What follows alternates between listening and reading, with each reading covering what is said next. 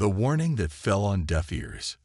The great assembly hall of Nexus Prime had never seen such tension. Thousands of representatives from across the galaxy sat in their designated sections, their various forms creating a rainbow of colors and shapes under the dome's artificial starlight. The Galactic Council was in emergency session, and the Reason stood trembling at the center podium. Ambassador Thylan Core of the peaceful Viridian species clutched his speaking device with all four of his slender arms. His normally blue skin had turned pale gray with fear and exhaustion. The gentle herbivore species had never been known for military strength, but they were respected throughout the galaxy for their wisdom and careful exploration of new worlds. Honored council members, Thylan began, his voice carrying across the vast chamber through the translation networks. I come before you today with a warning that may save countless lives. The third planet of the Sol system, known as Earth, is not what it appears to be. From the elevated military section, a deep laugh echoed through the hall. Fleet Commander Drakon Voss of the mighty Kraxon Empire rose from his seat, his massive frame casting shadows over the smaller beings below. Standing nearly 3 meters tall, covered in metallic scales that gleamed like armor, Drakon represented everything the Viridians were not. Where they sought peace, his people brought conquest. Where they offered wisdom, he delivered force. Ambassador Thylan. Drakon's voice boomed without need for amplification. Are you truly asking this council to fear a world of primitive mammals? Our scouts report that these humans still burn fossil fuels and fight with projectile weapons. They have barely reached their own moon. Thylan's skin grew even paler. Commander Drakon, I understand your skepticism. 3 months ago, I would have agreed with you. But I am here to tell you that everything we think we know about Earth is wrong. The Viridian activated a holographic display that showed a star map of the Sol system. 6 months ago, my government authorized an exploration mission to make peaceful contact with the humans. We sent our finest ships, commanded by our most experienced captains. Captain Zenera Vale led the mission aboard the research vessel Peaceful Dawn, accompanied by 2 escort ships. The hologram zoomed in on Earth, showing the blue and green world in beautiful detail. Our approach was standard protocol.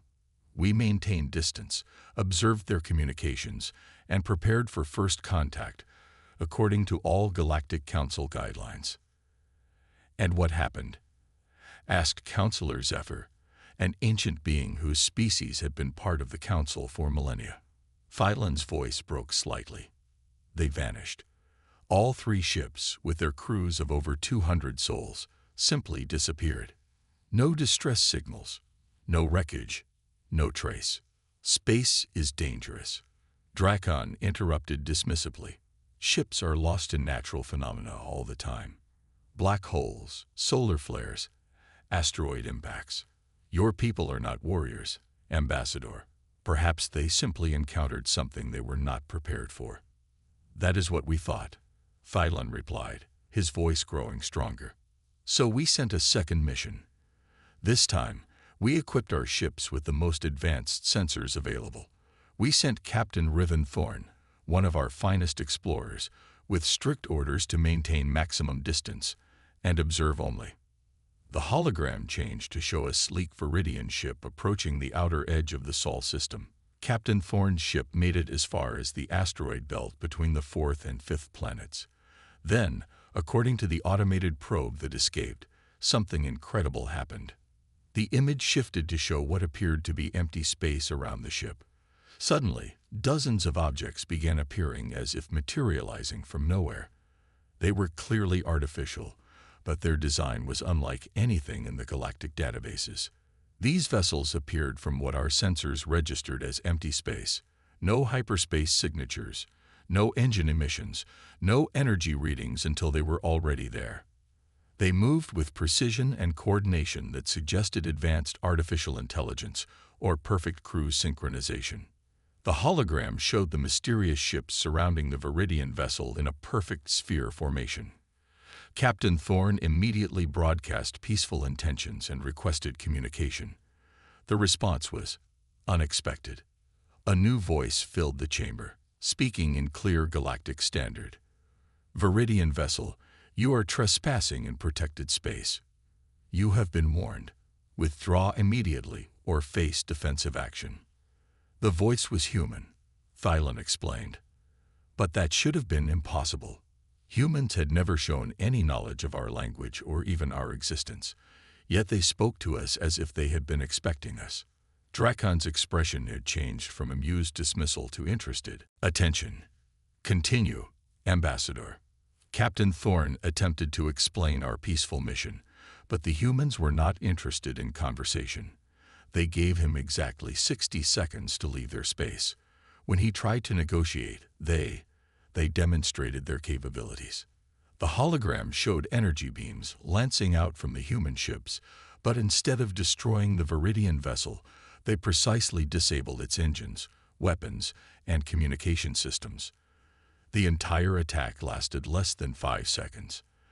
"They could have destroyed us," Thylon said quietly. "But they chose not to. Instead, they escorted Captain Thorne's ship to the edge of their system and released him with a message." "What message?" Counselor Zephyr asked. Thylon activated an audio recording. A human voice, calm and professional, spoke into the silence. "This is Captain Elena Martins of the Earth Defense Corps. Your ship will be released as a gesture of goodwill. Take this message to your people and to the galaxy. Earth is under protection. Any attempt at invasion, conquest, or unwelcome contact will be met with overwhelming force. We have observed your species for decades. We know your capabilities. We exceed them. This is your only warning." The chamber erupted in shocked whispers and debates. The idea that a primitive species could threaten advanced galactic civilizations was almost unthinkable. Dracon stood again, his voice cutting through the noise. "This is clearly a deception. Primitive humans could not have developed such technology independently. They must have found ancient artifacts or made contact with some unknown species." "That is what we thought," Thylon replied. "But our analysis of the technology used against Captain Thorne's ship suggests otherwise. The energy signatures were unique, the ship designs were completely original, and the tactical coordination was beyond anything we have seen from any known species." Dr. Zara Moonwhisper, the Council's chief scientist, spoke from her position. "Ambassador, you mentioned that humans had observed Viridian species for decades. Did Captain Martins provide any proof of this claim?" Thylon's skin darkened with embarrassment. "She did. The humans transmitted detailed files about our exploration missions, our ship designs, our military capabilities, and even our diplomatic protocols. They knew the names of our government officials, the locations of our colonies, and the specifications of our weapons systems." "Impossible," Dracon snarled. "No species could gather such intelligence without being detected." "And yet they did," Thylon said firmly. "We have since discovered evidence of human observation devices throughout our territory. Devices so advanced our sensors could not detect them. They have been watching us, learning from us, preparing for us." The implications sent a chill through the assembly. If humans could infiltrate Viridian space undetected, what about other species? How long had they been watched without knowing it? Counselor Zephyr raised a crystalline hand for silence. "Ambassador Thylon, what is your recommendation to this council?" "Simple," Thylon replied. "We must classify the Sol system as a forbidden zone. No species should approach Earth or its surrounding space. The humans have demonstrated that they prefer isolation and possess the means to enforce it." Dracon's laugh was harsh and bitter. "Run from a world of primitive mammals. The Kraxum Empire has conquered 47 worlds. Ambassador, our fleet has never known defeat. If these humans pose a threat, then they must be eliminated before they can threaten galactic stability." "Commander Dracon," Thylon pleaded, "I understand your confidence in your military might, but please consider the evidence. 2 of our missions have encountered human forces. Both times, the humans demonstrated technology and capabilities that our scientists cannot explain. They are not the primitive species our intelligence suggests. Then our intelligence is wrong, Drakon declared. But that does not make them invincible. Perhaps they have found some ancient technology, or made an alliance with unknown forces. Regardless, a threat to galactic order must be eliminated. You are making a terrible mistake, Thylon warned. The humans are not aggressive. They seek only to be left alone. But they have made it clear that they will defend themselves if threatened. Let them try, Drakon said with confidence. The Kraxon Empire's Third Fleet consists of over 500 ships. Even if these humans have found some ancient weapons, they cannot stand against such overwhelming force. The chamber buzzed with tension as the two philosophies clashed. The peaceful Viridians advocated for caution and respect for human wishes. The militant Kraxons saw only a threat to be eliminated. Councillor Zephyr called for order. This council will vote on the proposed classification of the Sol system, all in favor of Ambassador Thylon's recommendation. Lights appeared throughout the chamber as various species cast their votes. The peaceful species, those who had experienced human monitoring, and the more cautious civilizations supported the proposal. All opposed. More lights appeared, led by the Kraxon Empire and their allied species. The militaristic civilizations, those who had never encountered human forces, and the species that viewed isolationism as weakness voted against the proposal. The vote is close, Councillor Zephyr announced. 267 in favor, 278 opposed. The proposal fails. Thylon slumped in defeat. Then may the galaxy forgive us for what comes next. Drakon's smile was predatory. Ambassador, you have given us valuable intelligence today. The humans may be more advanced than we thought, but they are still just one world against the might of the galaxy. The Kraxon Empire will investigate this threat and eliminate it if necessary. When? Thylon asked quietly. Our third fleet is already assembling, Drakon announced. Within 2 weeks, we will know the truth about these humans. If they are as dangerous as you claim, then the galaxy will thank us for removing the threat. If they are not, then we will have gained a new world for the Empire. As the council session ended and beings began to leave the Great Hall, Thylon remained at the podium. He activated his communication device and sent a message to his home world. The warning has been given and ignored. The Kraxons will attack Earth. May the spirits of the void protect us all from what we have unleashed. Meanwhile, in a hidden facility beneath the Rocky Mountains on Earth, Dr. Marcus Chen was analyzing the latest intelligence reports. The xenobiology expert had been tracking alien movements for months, and the patterns were becoming clear. Admiral Cross, he called to his superior, we have confirmation. The Kraxon Empire is mobilizing their third fleet. Estimated arrival in Sol system, 14 days. Admiral Sarah Cross looked up from her tactical displays. Size of the fleet. Intelligence suggests over 500 ships, including their planetary bombardment vessels. And they think we're primitive, Admiral Cross said with a slight smile. Dr. Chen, activate Protocol 7. It's time to show the galaxy what humanity has really been doing for the past century. The trap was set. The Kraxons were coming, confident in their superior numbers and technology. But Earth had been preparing for this moment since the first alien probe was detected in the outer system 50 years ago.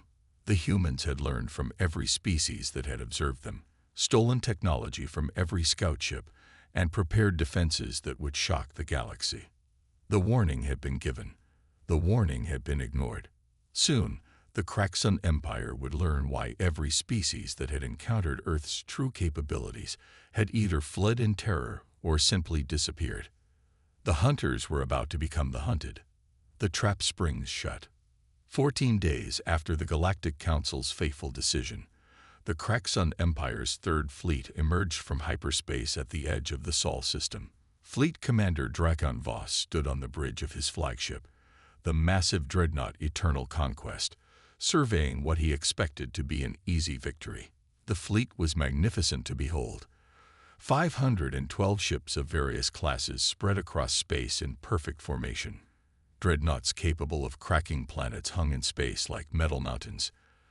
Carrier ships housed thousands of fighter craft. Bombardment vessels bristled with weapons designed to reduce cities to ash. It was the largest fleet the Craxon Empire had ever assembled for a single world. Initial scans. Commander Vex. Draken ordered his tactical officer. Commander Vex, a smaller but equally scaled Craxon, worked at his console with practiced efficiency. Sir, detecting the usual signs of a primitive civilization.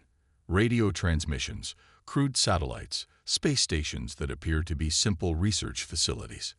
No significant military presence detected. Drakon's predatory smile widened. What about planetary shields? None detected, sir. The planet appears completely undefended. Perfect. Communications, send the standard surrender demand. The message was broadcast across all human frequencies. Primitive species of the third planet, you are now subjects of the Craxon Empire. Surrender immediately and accept our rule, or face complete annihilation. You have 1 hour to respond. Deep beneath the Colorado Mountains, Admiral Sarah Cross stood in Earth's most secret command center. The facility, known only as Deep Six, had been built over decades using technology reverse-engineered from alien scouts and enhanced by human ingenuity. Around her, hundreds of technicians worked at stations that monitored every inch of the solar system. "Ma'am," called Lieutenant Commander Jake Morrison from his station, "the Craxon fleet has sent their ultimatum." "How original," Admiral Cross replied dryly. "Dr. Chen, what's our intelligence on their fleet composition?" Dr. Marcus Chen pulled up detailed holographic displays showing the alien fleet. 512 ships total. Analysis suggests they're using technology approximately 200 years behind our current capabilities. Their shields operate on predictable frequencies, their weapons are standard plasma-based systems, and their ship designs haven't changed in centuries. Overconfidence, Admiral Cross observed. They've been the dominant military power for so long they've stopped innovating. What about their tactical formations? Textbook standard, reported Major Lisa Park, the fleet's tactical analyst. They're arranged in a classic invasion formation designed to intimidate and overwhelm through superior numbers. They clearly expect no real resistance. Admiral Cross activated her command console. All stations, this is Admiral Cross. Operation Phantom Wall is now active. Phase 1 begins in 30 minutes. Across the solar system, hidden installations began powering up. What appeared to be asteroids in the belt between Mars and Jupiter revealed themselves to be massive weapon platforms. Seemingly innocent scientific stations around the outer planets activated advanced sensor arrays that had been tracking alien movements for decades. Lieutenant Jake Morrison was piloting one of humanity's most advanced fighters, though it looked nothing like what the aliens expected. The craft appeared to be a standard human interceptor from the outside, but its interior housed technology that would have impressed even the most advanced species in the galaxy.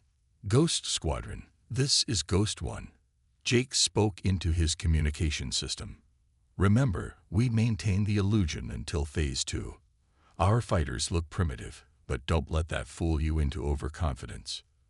The response came from 11 other pilots, each commanding a fighter that could outperform anything in the Craxon fleet while appearing to be centuries behind in technology. On the surface, General Alex Turner was coordinating what appeared to be a panicked evacuation of major cities. Millions of humans moved through underground tunnels and reinforced bunkers, but this was not the desperate flight of a defeated people. This was a carefully choreographed deployment of Earth's true population to safety while military forces prepared for battle. "All civilian populations are secure," General Turner reported to Admiral Cross. "Surface-to-space defense networks are online and hidden. Ground forces are in position." The Craxon fleet waited for humanity's response to their ultimatum. When it came, it was not what they expected. "Craxon fleet, this is Admiral Sarah Cross of the Earth Defense Corps. We reject your ultimatum." You were warned to stay away from our system. That warning was ignored. You are now trespassing in sovereign human space. You have one opportunity to withdraw. If you refuse, you will face the consequences." Commander Drakon laughed so hard the sound echoed across his bridge. "Did you hear that? They think they can threaten us. One world against 500 ships." "Sir," Commander Vex said hesitantly, "perhaps we should be cautious." The Viridian reports suggested. "The Viridians are cowards." Drakon snapped. "Begin the attack. Target their major cities first. Show them the price of defiance." The Kraxon fleet moved into attack formation, weapons charging, shields at maximum power. What happened next would be remembered throughout the galaxy for generations. As the alien ships approached Earth's orbital distance, space around them suddenly filled with objects that hadn't been there moments before. Hundreds of human ships appeared from what had seemed like empty space, their stealth systems deactivating simultaneously. "What is this?" Drakon demanded. "Where did they come from?" Commander Vex was frantically scanning the new contacts. "Sir, I'm reading massive energy signatures from these vessels. Their technology appears to be..." "Sir, this is impossible. These readings suggest capabilities far beyond our own." The human fleet was beautiful and terrifying. Sleek ships that moved like living things, their hulls seeming to shimmer and shift as adaptive armor adjusted to incoming threats. They arranged themselves in formations that flowed like water, each movement calculated for maximum tactical advantage. Admiral Cross spoke from her flagship, the Defiant, though her ship was nowhere to be seen by Kraxon sensors. "Commander Drakon, this is your final warning. Withdraw from this system immediately." "Never," Drakon roared. "All ships, attack. Show these primitives the power of the Kraxon Empire." The battle began with the Kraxons opening fire. Thousands of plasma bolts lanced through space toward the human fleet. The aliens expected to see human ships explode or flee. Instead, they witnessed something that would haunt their nightmares for years to come. The human ships didn't just absorb the attacks, they adapted to them.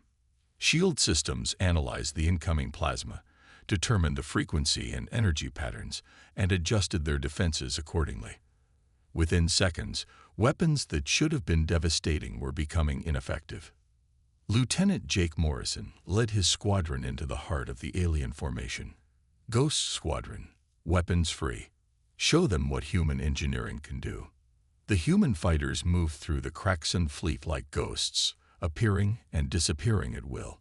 Their weapons, which had seemed primitive, revealed their true nature. Energy beams that could slice through the thickest armor, missiles that could think and adapt to countermeasures, and electronic warfare systems that turned the aliens' own ships against them. "This is impossible," Commander Vex shouted as his tactical display showed Kraxon ships being systematically disabled. "They're using our own ships against us." Indeed, human hackers had infiltrated the Kraxon computer networks the moment the fleet entered the system. Alien ships found their weapons turning on their own allies, their navigation systems failing, their communications jammed by their own transmitters. Dr. Marcus Chen watched the battle from Deep Six, analyzing every aspect of alien technology as it was revealed. Admiral Cross were gathering incredible intelligence. Their shield frequencies, weapon specifications, computer protocols. "We're learning everything." "Good," Admiral Cross replied. "Make sure our people know how to counter every system they have." This ends today.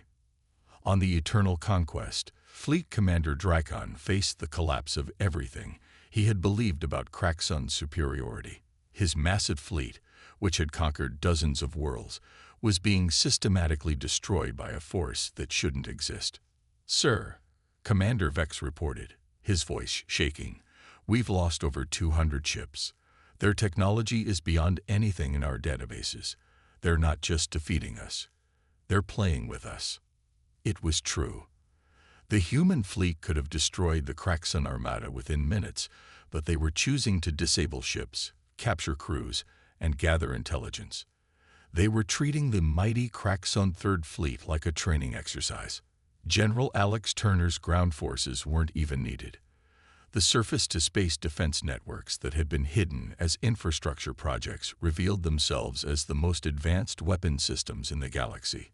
Energy beams that could strike targets in orbit with pinpoint accuracy, missile systems that could track and destroy anything in space, and sensor networks that could detect a ship moving through hyperspace days before it arrived. Admiral, General Turner reported, all planetary defenses are active. The alien fleet has nowhere to run. We control this entire system. Admiral Cross nodded. Phase 3. Let's show them what happens when they threaten Earth. What the Craxons witnessed next would become legend throughout the galaxy. Human ships began demonstrating technologies that shouldn't exist. Vessels that could move faster than light without hyperspace engines. Weapons that could target specific systems on enemy ships from impossible distances. Shields that could adapt to any attack in real time. Commander Dracon's flagship shuddered as human tractor's beams locked onto it. These weren't the crude manipulation fields used by most species. These were precision instruments that could move objects the size of moons with perfect control. Commander, Admiral Cross's voice filled the bridge. You are now a prisoner of war. Your fleet is defeated. Your crews will be treated according to galactic law, but you will face justice for crimes against peaceful species. This is impossible, Dracon whispered. Your species is primitive. Our intelligence showed. Your intelligence showed what we wanted you to see, Admiral Cross interrupted. Commander, humanity has been spacefaring for over 500 years. We've been exploring the galaxy since before your empire conquered its first world. We've studied every species, learned from every technology, and prepared for every threat. The truth was staggering. Humanity hadn't been primitive at all. They had been hiding, learning, preparing. While other species had grown complacent with their power, humans had been working to ensure they would never be caught defenseless. The Viridians who came to our system weren't the first, Admiral Cross continued. Over the past century, 47 different species have sent scouts to Earth. Some came in peace, like the Viridians. Others came as conquerors, like you. We learned from all of them. Dr. Chen's voice joined the conversation from Deep Six. Commander Dracon, every species that has observed Earth has contributed to our knowledge. Your own scouts have been feeding us intelligence about Craxon technology for decades. We know your ships better than you do. The implications were terrifying. If humans had been infiltrating and studying galactic civilizations for centuries, then no species was safe, no secret was secure, no military advantage was certain. What do you want? Dracon asked, his voice broken. Peace, Admiral Cross replied simply. We want to be left alone to develop as we choose. We want the galaxy to understand that Earth is protected and that aggression against us will be met with overwhelming force. And if we refuse, Commander, you brought 512 ships to conquer one world. In the past 4 hours, you've lost 398 of them. Your remaining ships are prisoners. Your crews are captives.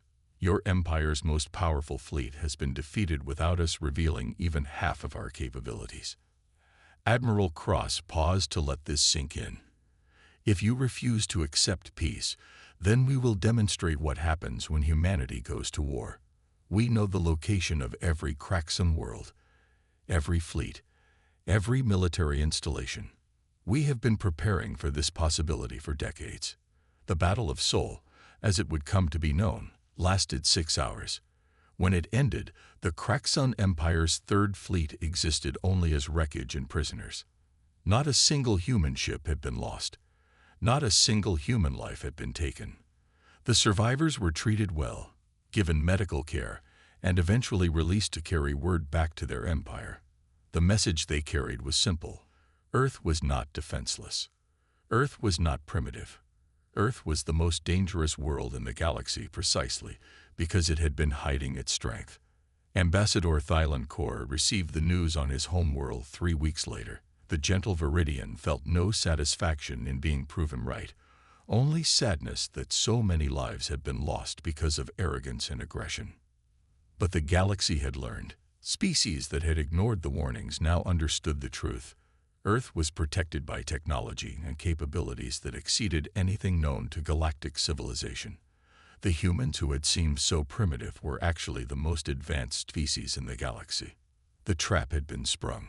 The hunters had become the hunted, and humanity stepped into the galactic community not as a conquered species, but as a power that demanded respect. Fleet Commander Drakon Voss spent the rest of his life in a comfortable prison on Earth, studying human technology and trying to understand how his empire had been so completely deceived.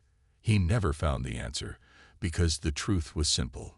Humanity had learned the most important lesson in the galaxy. The best defense wasn't the strongest weapon or the thickest armor. The best defense was to be so far ahead of your enemies that they didn't realize they were already defeated before the fight began.